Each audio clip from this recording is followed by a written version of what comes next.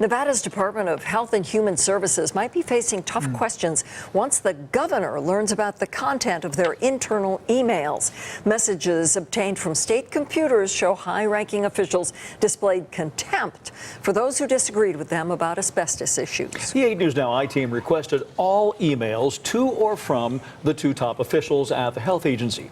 Those officials have insisted the public has nothing to worry about because of natural asbestos deposits in southern Nevada, even though other state agencies and outside experts strongly disagree. How far did these officials go to make sure their opinions prevailed? Their emails spell it out. George is here with the story. You know, scientists, we hope, are open-minded, willing to follow the evidence wherever it leads. That's not the way it's been working at our state health agency. The emails we obtained show a disturbing pattern of snarky and personal attacks on those who question these officials, a willingness to pursue public relations campaigns instead of research, and a deception that allowed them to sidestep an outside independent review of their work on asbestos, even when that review was ordered by the governor of Nevada.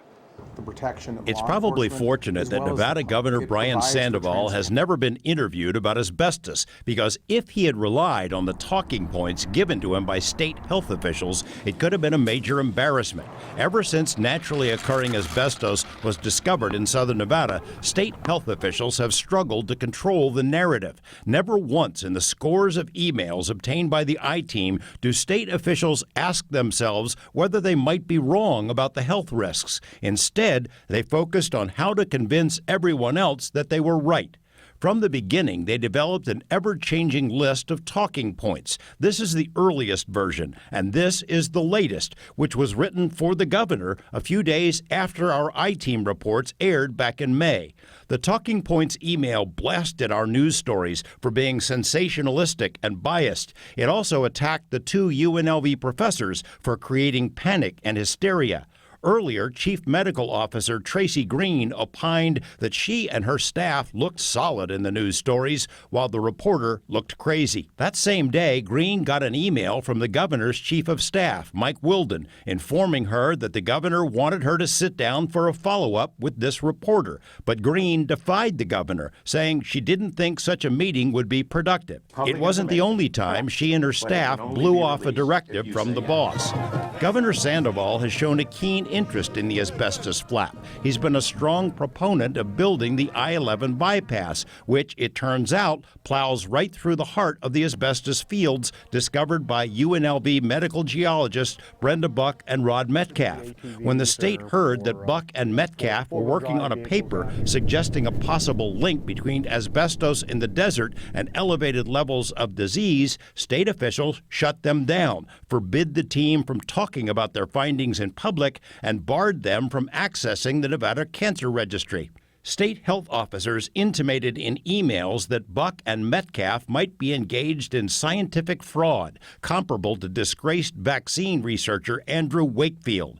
But that wasn't the opinion of another state agency, the Department of Transportation, NDOT, which hired the two to study asbestos for the I-11 project. We were surprised that this segment of the state was interested in the asbestos, and the other segment, said that cease working on it. Unlike their counterparts in the health agencies, NDOT took the asbestos issue very seriously, which is why it suspended the highway project for a year and spent millions of dollars to protect workers from asbestos exposure during construction.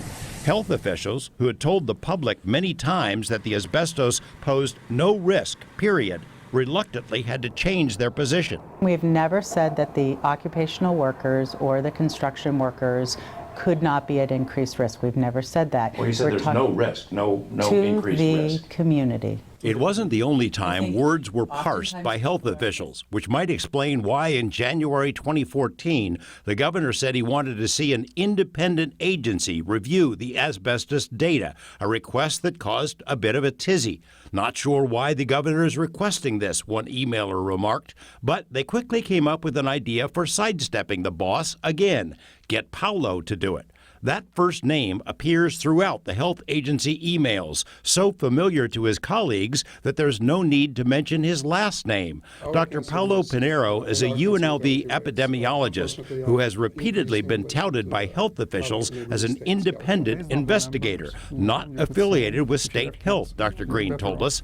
But as the I-Team discovered, Dr. Pinheiro has accepted tens of thousands of dollars in grants from Green's agency, and he's listed as the official epidemiologist for the Nevada Cancer Registry, which Dr. Green oversees. Back in 2012, when the state first learned that Dr. Francine Baumann was working on a paper about asbestos, this email went out to all senior staff at the agency, including Dr. Pinheiro. The topic: we need to discuss our next step in dealing with Dr. Baumann. That next step turned out to be the cease and desist order.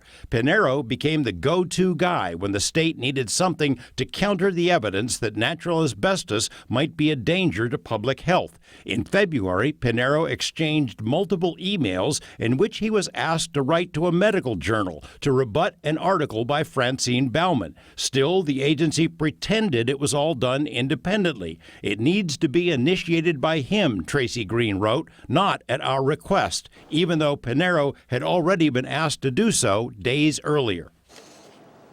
In addition to this subterfuge on one of their close colleagues to carry out a supposedly independent review, state officials also wanted the CDC to endorse their viewpoint. They asked over and over in emails and letters, and finally, CDC said, no, we won't do it. But even so, state officials have made public statements many times to the effect that CDC agrees with their analysis about asbestos, though that is simply not true. We'll show you some of those emails and others from the EPA in the days ahead. And of course, if you'd like more information about asbestos issues, our documentary, Deadly Dust, can be viewed on our website. Well worth for viewing. A lot of these documents on our website? We're going to put them all on the website the days ahead, by the end of the week. Thanks, George. Sure.